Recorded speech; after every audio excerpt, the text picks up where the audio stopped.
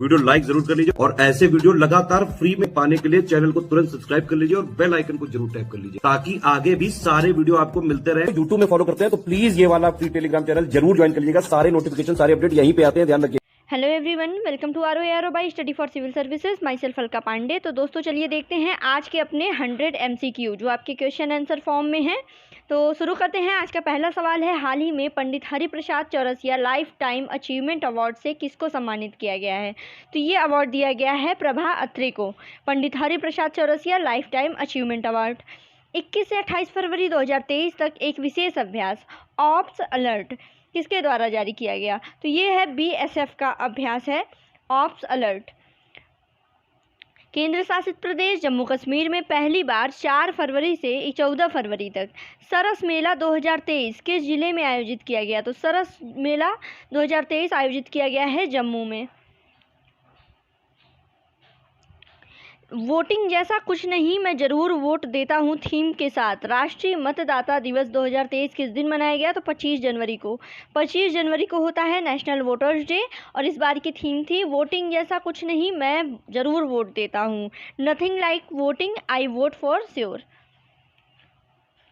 जनवरी 2023 पारंपरिक ममानी महोत्सव किस राज्य केंद्र शासित प्रदेश में आयोजित किया गया? तो ममानी महोत्सव आयोजित किया गया है लद्दाख में।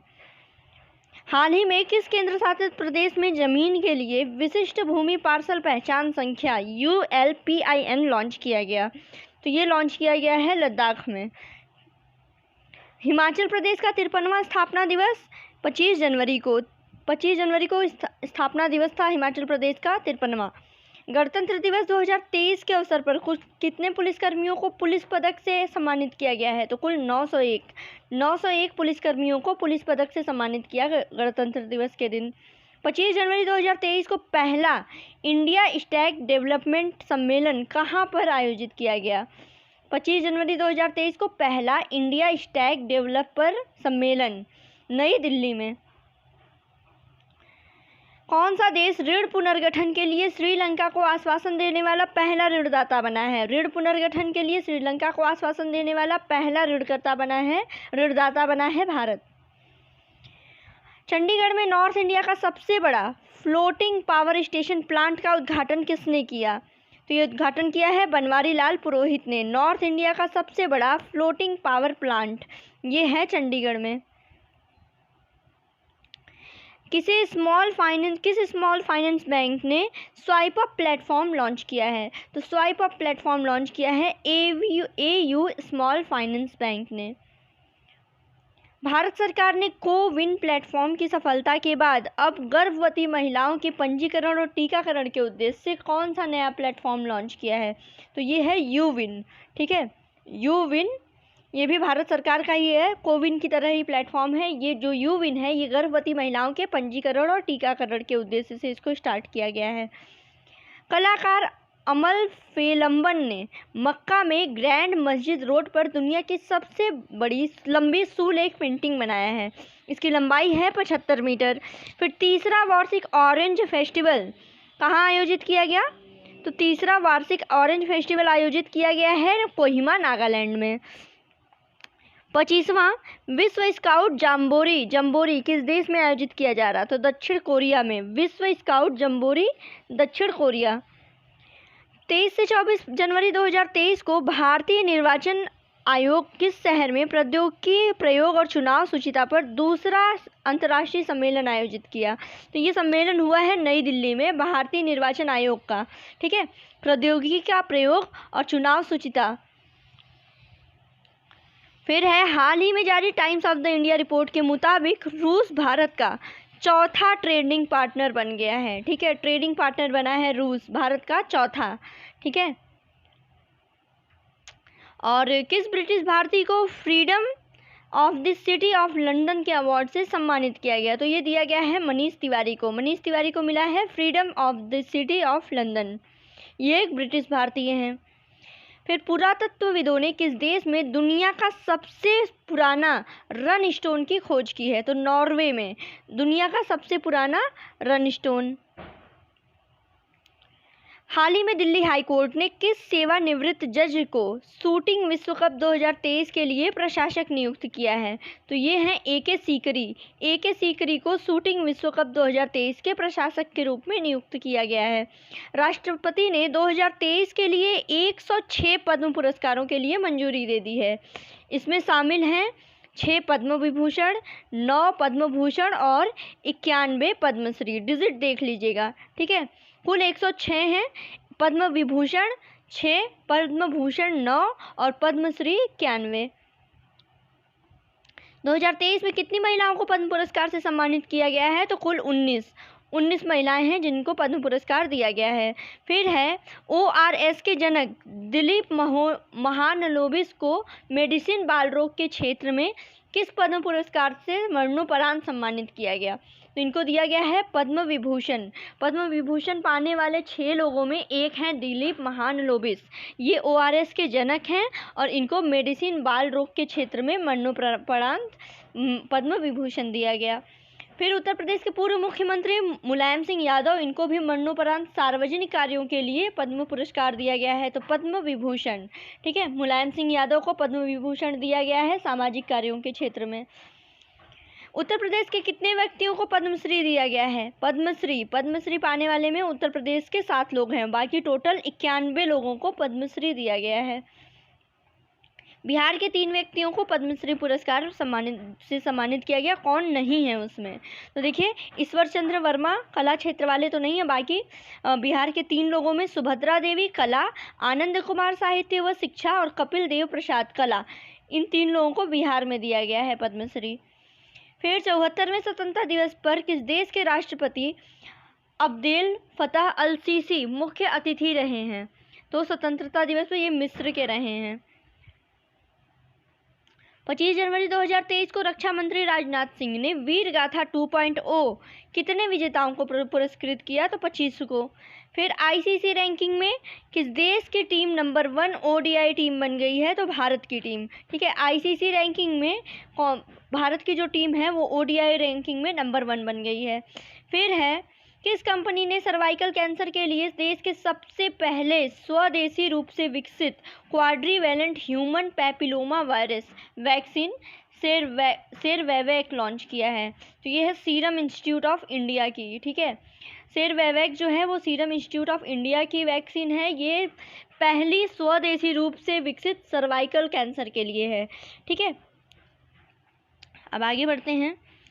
प्रकाशित पुस्तक coaching beyond my days with the Indian cricket team, ये किसने लिखी है? तो ये देखिए दोनों की है, R कौशिक और R श्रीधर, ये दोनों की कंबाइंड बुक है। फिर है डिजिटल क्रिकेट फैन के अनुभव को बढ़ाने के लिए एक वैश्विक हैकेथॉन नेक्स्ट इन, ये किसके द्वारा लॉन्च किया गया है? तो ये ICC और नियम, ये दोनों हैं, इन दोनों के द्वारा ये लॉन्च किया गया है नेक्स्ट इन। फिर आगे बढ़ते हैं। भारतीय नौसेना का प्रमुख समुद्री अभ्यास ट्रोपिक अभ्यास कहाँ आयोजित किया जा रहा है? तो ट्रोपिक्स जो है वो हिंद महासागर में, ठीक है। एक बार इसको चेक कर लीजिएगा कि हिंद महासागर है या अरब।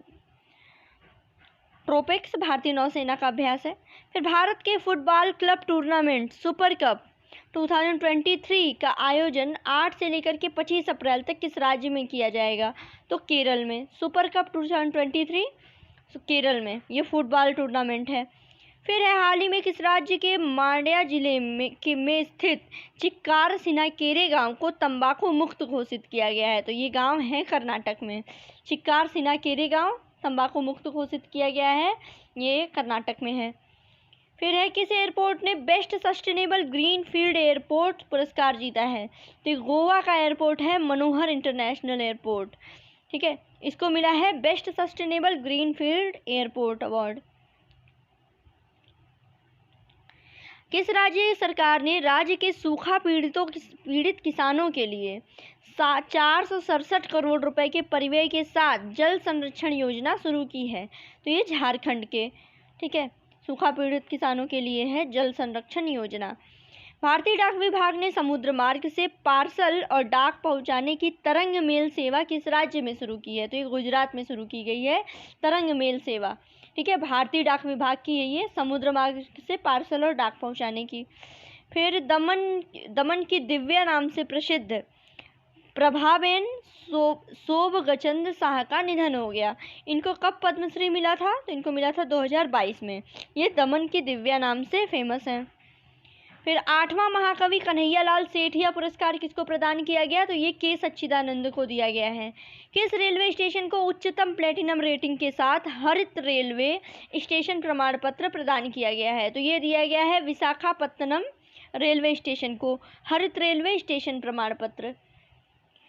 पेप्सिको फाउंडेशन और किस संस्था ने भारत में सी फीड्स द वर्ल्ड कार्यक्रम शुरू किया है? ठीक है, तो ये पेप्सिको और केयर इन दोनों का मिला करके है सी फीड द वर्ल्ड।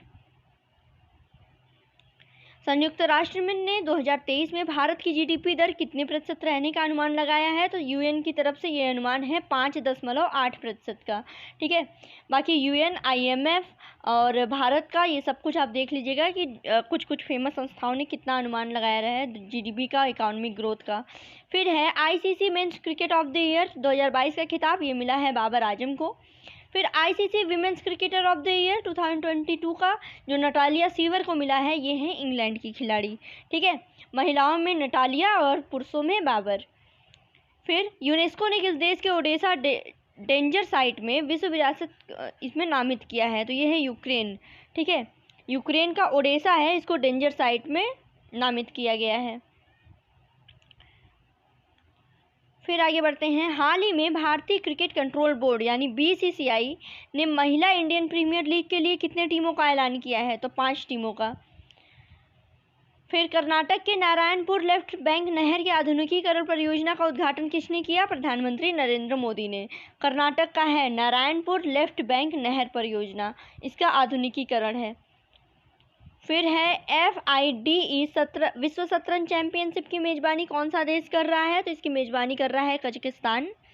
विज्ञान प्रौद्योगिकी और नवाचार के साथ अमृतकाल की ओर अग्रसर थीम के साथ 8वें भारत अंतर्राष्ट्रीय विज्ञान महोत्सव का आयोजन कहाँ किया जाएगा? तो इसका आयोजन किया जाएगा भोपाल में। बिहार के किस जिले में राज्य का पहला self moot and digital court बनाया गया है? ठीक है, बिहार के किस जिले में self moot and digital court? तो ये है भागलपुर में। ऊंट महोत्सव 2023 कहाँ आयोजित किया जा रहा है? तो ये बीकानेर में। ऊंट महोत्सव 2023 बीकानेर। अंतर्राष्ट्रीय पतंग महोत्सव गुजरात में। ऊंट महोत्सव बीकानेर देख लिया, पतंग महोत्सव गुजरात। फिर है 8वां विश्व संस्कृत सम्मेलन, तो ये कैनबरा। ठीक है, 18वां विश्व संस्कृत सम्मेलन 2023 कैनबरा। फिर है VLSI डिज़ाइन पर 36वां अंतर्राष्ट्रीय सम्मेलन और एम्बेडेड सिस्टम पर 22वें अंतर्राष्ट्रीय सम्मेलन कहाँ आयोजित किया जाएगा? हैदराबाद में। फिर है किस देश ने दुनिया के पहले फोटोनिक आधारित क्वांटम कंप्यूटर के व्यवसायीकरण की घोषणा की है? तो कनाडा ने फोटोनिक आधारित क्वांटम कंप्यूटर के व्यवसायीकरण की घोषणा, कनाडा। फिर है किस देश के खाद्य और कृषि के लिए पशु आनुवंशिक संसाधन पर FAO के अंतर सरकारी तकनीकी कार्य समूह के 12वें सत्र के उपाध्यक्ष के रूप में चुना? तो ये भारत है। फिर आगे बढ़ते हैं। खाद्य और पोषण सुरक्षा अंतर्राष्ट्रीय सम्मेलन 2023 IFFANS 2023 का आयोजन कहाँ किया गया? मोहाली में। ठीक है, खाद्य और पोषण सुरक्षा पर अंतर्राष्ट्रीय सम्मेलन मोहाली में। फिर है जनवरी 2023 में केंद्रीय मंत्रिमंडल ने कितने करोड़ रुपए परिव्यय के साथ राष्ट्रीय ग्रीन हाइड्रोजन मिशन को मंजूरी दी है? तो कुल 19,744 करोड़ रुपए। ठीक है, 19,744 करोड़ रुपए नेशनल ग्रीन हाइड्रोजन मिशन पर। तीसरा इंटरपोल के यंग ग्लोबल पुलिस लीडर कार्यक्रम कहाँ आयोजित किया गया? तो ये नई दिल्ली में। किस बैंक ने भारतीय सैनिकों के लिए विक्रम क्रेडिट कार्ड लॉन्च किया है? तो ये है BOB। ठीक है, विक्रम क्रेडिट कार्ड जो है भारतीय सैनिकों के लिए है। खेलो इंडिया राष्ट्रीय यूनिवर्सिटी गेम की मेजबानी कौन करेगा? उत्तर प्रदेश। बहुत इंपॉर्टेंट है, खेलो इंडिया राष्ट्रीय यूनिवर्सिटी गेम्स की मेजबानी करेगा उत्तर प्रदेश। फिर आगे बढ़ते हैं। प्रतिवर्ष डेटा गोपनीयता दिवस किस दिन मनाया जाता है? प्रतिवर्ष डेटा प्राइवेसी डे 28 जनवरी को। फिर जनवरी 2023 में मध्य रेलवे के नए महाप्रबंधक ये हैं नरेश लालवानी। मध्य रेलवे के नए महाप्रबंधक नरेश लालवानी। इलेक्ट्रॉनिक्स एंड सूचना प्रौद्योगिकी मंत्रालय के सचिव अलकेश कुमार शर्मा ने किस शहर में centre of materials for electronics technology में 1 टन प्रतिदिन की क्षमता वाले पीसीबी पुनर्चक्रण केंद्र का उद्घाटन किया, तो हैदराबाद। फिर 25 जनवरी को राष्ट्रीय पर्यटन दिवस मनाया जाता है। इसकी शुरुआत किस वर्ष हुई थी? तो राष्ट्रीय पर्यटन दिवस की शुरुआत हुई थी 1948 में। केंद्र सरकार द्वारा किस द्वीप पर mega international container transshipment port यानी ICTP विकसित करने की योजना बना रही है? तो ये देखिए ग्रेट निकोबार द्वीप है। अगर ICTP यानी mega international container transshipment port great Nicobar द्वीप में। फिर हाल ही में भारत ने प्रतिवर्ष 12 चीते लाने के लिए किस देश के साथ समझौता किया है? तो दक्षिण अफ्रीका। ठीक है, दक्षिण अफ्रीका के साथ 12 चीते प्रतिवर्ष लाने के लिए। 15वां ब्रिक्स शिखर सम्मेलन कहाँ आयोजित किया जाएगा? 15वां ब्रिक्स सम्मेलन आयोजित किया जाएगा डरबन, दक्षिण अफ्रीका में। फिर हाल ही में लॉजिस्टिक लागत कम करने के लिए एकल विंडो लॉजिस्टिक पोर्टल यानी नेशनल लॉजिस्टिक पोर्टल मरीन, इसका उद्घाटन किसने किया? इसका उद्घाटन किया सर्बानंद सोनोवाल ने। फिर ICC पुरुष T20 cricketer of the year का अवार्ड किसको मिला है? तो सूर्य कुमार यादव को। ICC पुरुष T20 cricket of the year Surya Kumar Yadav. ICC women's T20 cricket of the year हैं तहलिया मैकग्रा, जो कि ऑस्ट्रेलिया की क्रिकेटर हैं। तो ICC विमेंस T20 में हैं तहलिया और ICC पुरुष में हैं सूर्य कुमार यादव। हाल ही में राष्ट्रीय जैविक संस्थान यानी NIB द्वारा जैविक गुणवत्ता पर राष्ट्रीय शिखर सम्मेलन कहाँ आयोजित किया जाएगा? तो जैविक गुणवत्ता वाला शिखर सम्मेलन है नई दिल्ली में। फिर हाल ही में किस देश के क्रिकेट बोर्ड ने उत्कृष्ट महिला क्रिकेटर को सम्मानित करने के लिए डेबी हॉकले मेडल शुरू करने की घोषणा की है? तो ये न्यूजीलैंड। ठीक है, डेबी हॉकले मेडल न्यूजीलैंड की तरफ से। फिर ICC spirit of the cricket award जीतने वाले पहले नेपाली क्रिकेटर कौन हैं? तो ये हैं आसिफ शेख। आसिफ शेख को मिला है ICC spirit of the cricket award.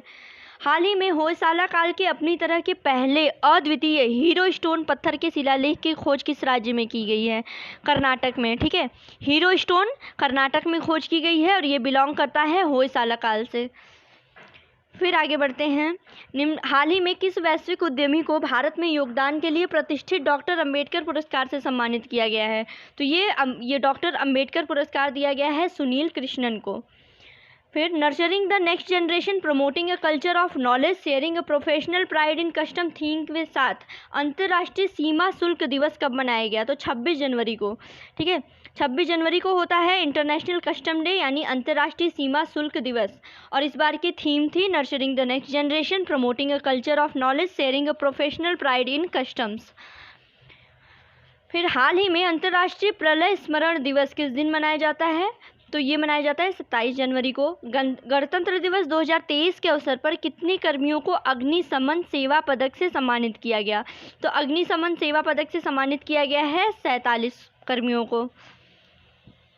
सर्वश्रेष्ठ अभिनेत्री के लिए ऑस्कर नामांकन पाने वाली पहली एशियाई अभिनेत्री कौन बनी है? तो ये है मिशेल योह। सर्वश्रेष्ठ अभिनेत्री के लिए ऑस्कर नामांकन पाने वाली पहली एशियाई अभिनेत्री मिशेल योह हैं। हाल ही में किस कंपनी ने पाम ऑयल किसानों के लिए वन स्टॉप सॉल्यूशन सेंटर यानी समाधान लॉन्च किया है? तो ये है गोदरेज एग्रोवेट। ठीक है, गोदरेज एग्रोवेट का है ये समाधान वन स्टॉप सॉल्यूशन सेंटर है ऑयल पाम किसानों के लिए। फिर आगे बढ़ते हैं। 27 से 31 जनवरी 2023 तक संघाई सहयोग संगठन यानी SCO फिल्म फेस्टिवल कहाँ आयोजित किया जा रहा है? तो SCO फिल्म फेस्टिवल आयोजित किया गया मुंबई में। राष्ट्रपति भवन में बने मुगल गार्डन का नाम बदल करके अमृत उद्यान कर दिया गया है। फिर 2 से 4 फरवरी तक G20 की पहली रोजगार कार्य समूह बैठक कहाँ आयोजित की जाएगी? ठीक है, रोजगार कार्य समूह वाली बैठक है जोधपुर में। ठीक है, राजस्थान में G20 की पहली रोजगार कार्य समूह बैठक। 30 से 31 जनवरी 2023 तक G20 की international financial architecture working group की बैठक की मेजबानी कौन सा शहर करेगा? तो चंडीगढ़। चंडीगढ़ में international financial architecture working group G20 का। फिर उत्तराखंड के किस शहर में एशिया के दूसरे और देश के सबसे पहले केबल सस्पेंशन ब्रिज बजरंग सेतु का निर्माण किया जा रहा है? बजरंग सेतु का निर्माण किया जा रहा है ऋषिकेश में। ये एशिया का दूसरा और देश का पहला केबल सस्पेंशन ब्रिज है। 30 वर्षों बाद जियोटेल मिशन समाप्त हो गया। ये मिशन नासा और किस स्पेस एजेंसी का था? ठीक है, तो नासा और जाग्जा यानी जापान का। ठीक है जियोटेल मिशन ये 30 वर्षों बाद ये समाप्त हुआ है। जनवरी 2023 अमेरिका और किस देश के अंतरिक्ष सहयोग समझौते पर हस्ताक्षर किए हैं? तो अमेरिका और Japan. Rail India technical and economic services limited यानी राइट्स ने ट्रांसफॉर्मिंग टू ग्रीन द्वारा एक स्थायी भविष्य को मजबूत और विकसित करने के लिए किस संस्थान के साथ समझौता ज्ञापन पर हस्ताक्षर किया है? तो ट्रांसफॉर्मिंग टू ग्रीन ये राइट्स और आईआईटी कानपुर के बीच का है। आईआईटी कानपुर और राइट्स इन दोनों के बीच में ट्रांसफॉर्मिंग टू ग्रीन। फिर हाल ही में किस भारतीय महिला खिलाड़ी ने ICC emerging women cricketer of the year 2022 का अवार्ड जीता है? तो ये मिला है रेणुका सिंह को। ल्यूमिनस भारत की पहली हरित ऊर्जा आधारित सौर पैनल निर्माण फैक्ट्री किस राज्य में स्थापित करेगा? उत्तराखंड में। ठीक है, उत्तराखंड में भारत की पहली हरित ऊर्जा आधारित सौर पैनल निर्माण फैक्ट्री। 27 से 31 जनवरी तक 30वीं राष्ट्रीय बाल विकास कांग्रेस कहाँ आयोजित की जाएगी? अहमदाबाद में। राष्ट्रीय बाल विज्ञान कांग्रेस अहमदाबाद। खबरों में रहा बूढ़ा पहाड़ झारखंड में है। फिर किस टेनिस स्टार खिलाड़ी नोवाक जोकोविक ने ऑस्ट्रेलियाई ओपन 2023 में पुरुष सिंगल का खिताब जीता है? तो नोवाक जोकोविक जो हैं सर्बिया के खिलाड़ी हैं, इन्होंने जीता है ऑस्ट्रेलियाई ओपन 2023 में पुरुष सिंगल का खिताब।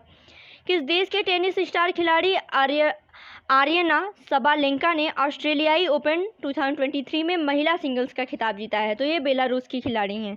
ठीक है, पुरुष वाला खिताब जीते हैं नोवाक और महिला वाला खिताब जीती हैं आर्यना।